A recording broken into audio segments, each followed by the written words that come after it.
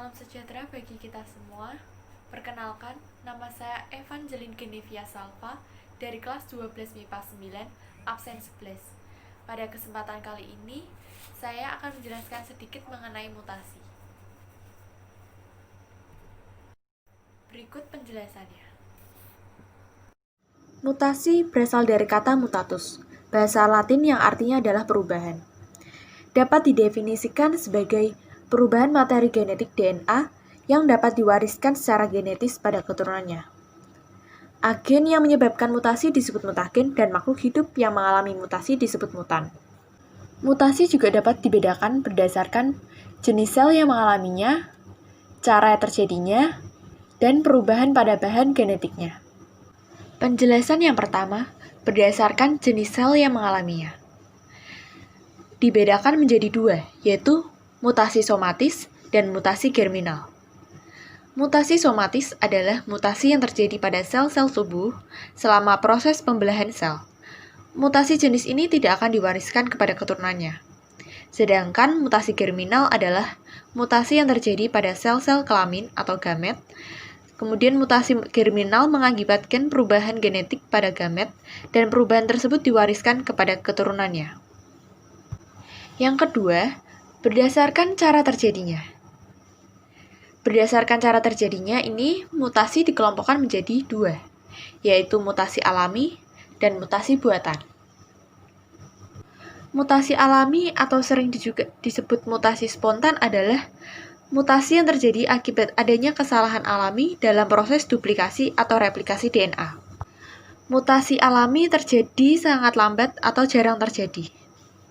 Selain itu, mutasi alami umumnya merugikan dan bersifat letal.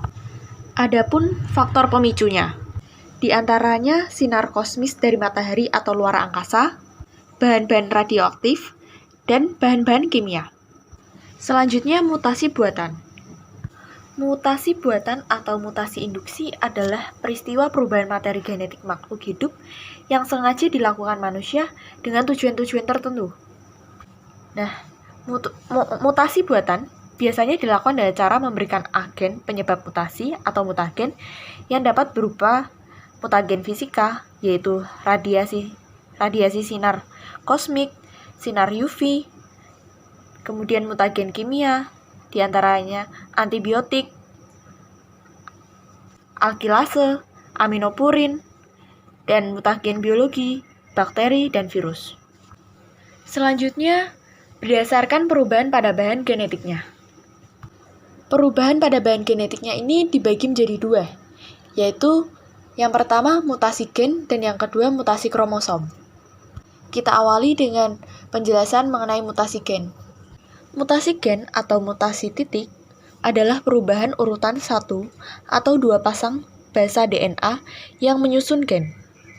Mutasi gen menyebabkan perubahan ciri atau sifat individu tetapi tidak menyebabkan perubahan jumlah atau struktur kromosom.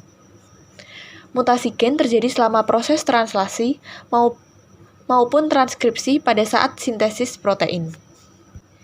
Dan ada dua tipe mutasi gen, di antaranya mutasi penggantian atau substitusi, basa nukleotida, dan mutasi pergeseran rangka nukleotida. Mutasi penggantian substitusi basa nukleotida. Mutasi jenis ini menyebabkan perubahan kodon. Akibatnya terjadi perubahan perintah asam amino yang akan dibuat. Berdasarkan perubahan nukleotidanya, mutasi jenis ini dibedakan menjadi transisi dan transversi. Transisi merupakan penggantian antar basa nitrogen sejenis, misalnya antara purin dan purin, atau antara pirimidin dan pirimidin. Dan yang transversi merupakan penggantian antar basa nitrogen yang tidak sejenis, misalnya antara purin dan pirimidin, dan sebaliknya. Secara fungsional, mutasi penggantian basa dapat dibedakan menjadi tiga, di antaranya mutasi bisu, mutasi salah arti, dan mutasi tanpa arti. Mutasi bisu merupakan perubahan urutan nukleotida pada kodon triplet yang tidak mengubah asam amino. Sedangkan mutasi salah arti merupakan perubahan pada basa nukleotida DNA yang menghasilkan perubahan pada mRNA yang menerjemahkannya menjadi asam amino yang berbeda.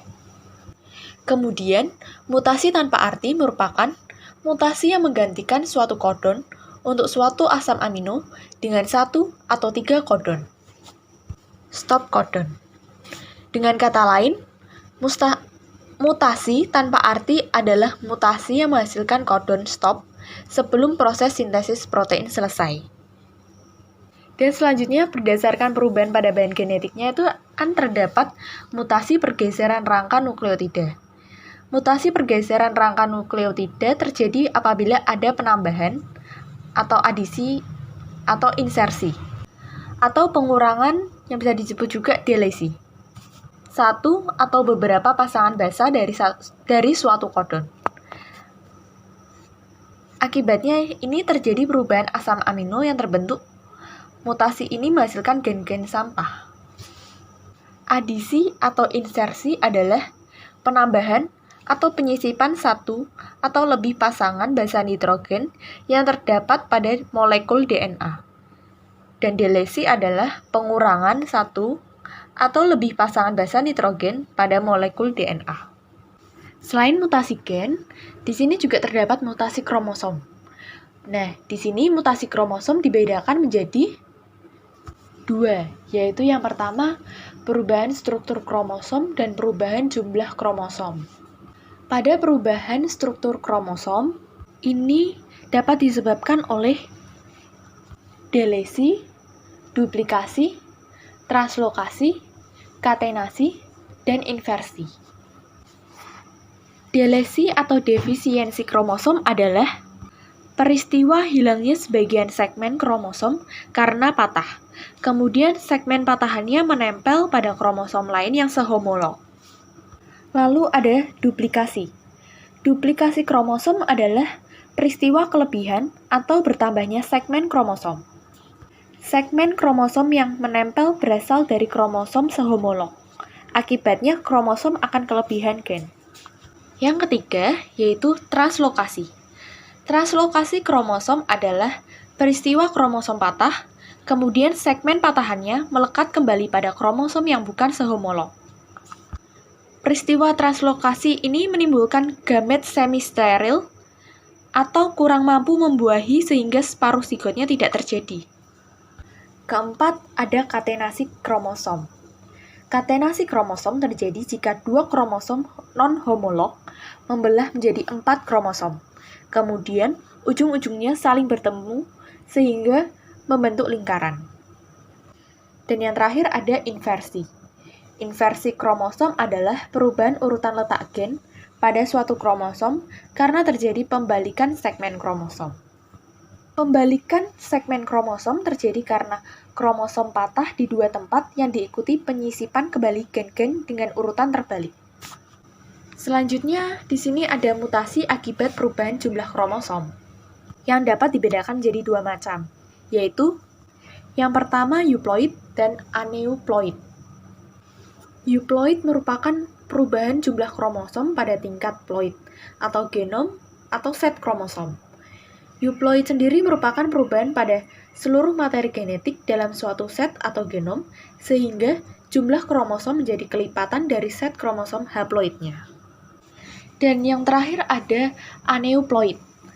Aneuploid adalah penambahan atau pengurangan satu atau beberapa kromosom pada ploid atau genom. Aneuploid menyebabkan jumlah kromosom suatu individu menjadi lebih banyak atau lebih sedikit daripada jumlah kromosom normalnya yang disomi. Maksudnya disomi. Perubahan struktur dan jumlah kromosom pada manusia akibat mutasi dapat menimbulkan kelainan-kelainan yang serius pada tubuh dan perilaku manusia.